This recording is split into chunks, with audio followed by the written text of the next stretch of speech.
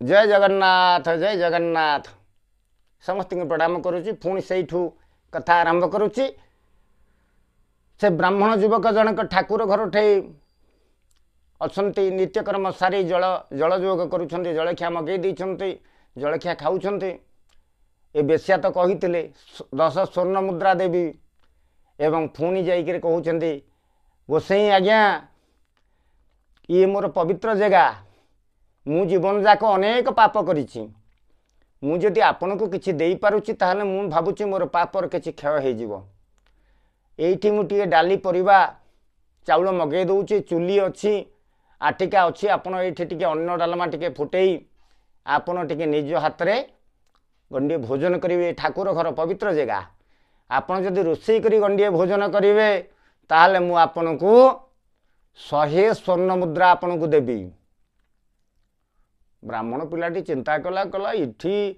खाइले मते बा किए देखुची ये तो ठाकुर घर पवित्र जगह मु तो कूरु पानी काढ़ी निजे रोषेई करी सौदा पत्र पलि आसो इथिपाई जदि 100 स्वर्ण मुद्रा से देव मते ताहले मोर असुविधा कौन सांगे सांगे पुओटी ब्राह्मण युवक जनक राजी हो गले कहले हाँ हाँ आण आण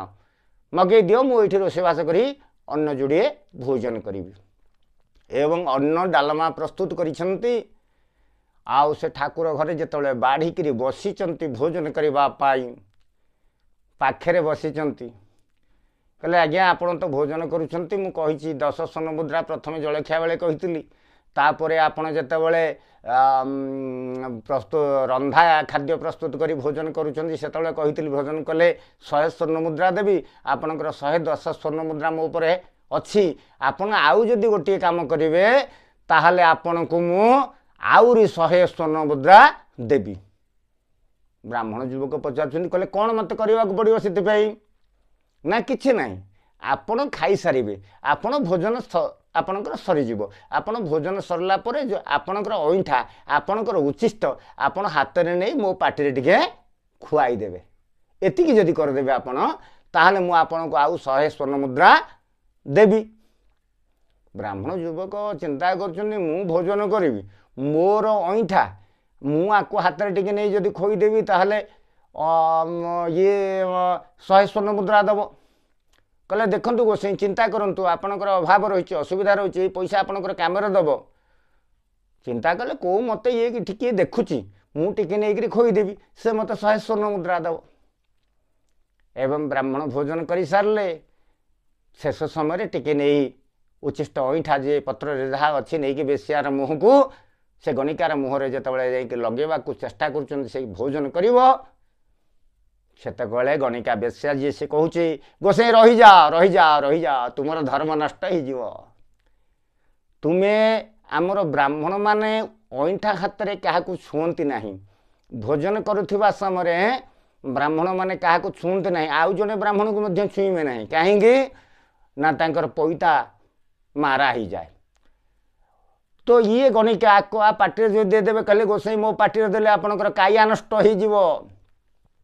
आपण मो पार्टी दबा दरकार नहीं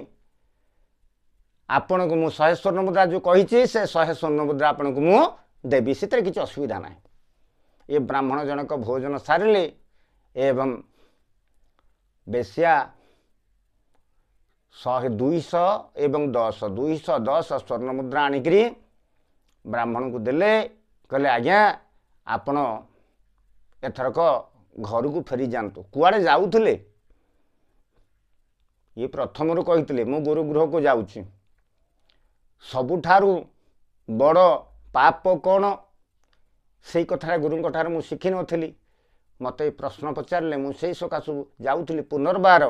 गुरु पाखक से कथाटा बुझापी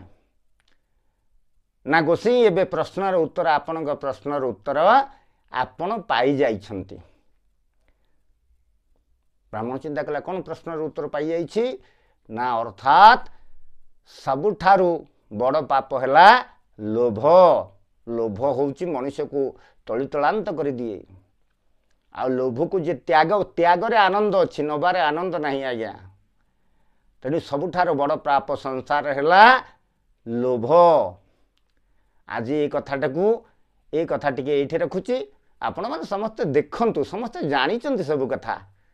काम क्रोध लोभ मोह मद माश्चर्य षड रिपु ये शरीर भितर 6टा जाक शत्रु अच्छा ये शरीर भितर मु आउ मोर ये हूँ मोह मोर ये जमी मोर ये कोठा मोर ये बैंक रे 3 टंका अच्छी मोर ये गाड़ी मोर पुओ मोर झील मोर स्त्री ये सब हूँ मोह मोह कटिबा भारी कष्ट एवं लोभ को आम चाहिए कमी पारिबा ज्ञानी गुणी लोक माने शरीर अच्छी माने लोभ अच्छी किंतु ज्ञानी गुणी लोक माने ये सब लोभ अहंकार आठारु दूर को दूर रुहंती एवं ईश्वरंकर निकटवर्ती होती संसार सबुठारु बड़ पाप है लोभ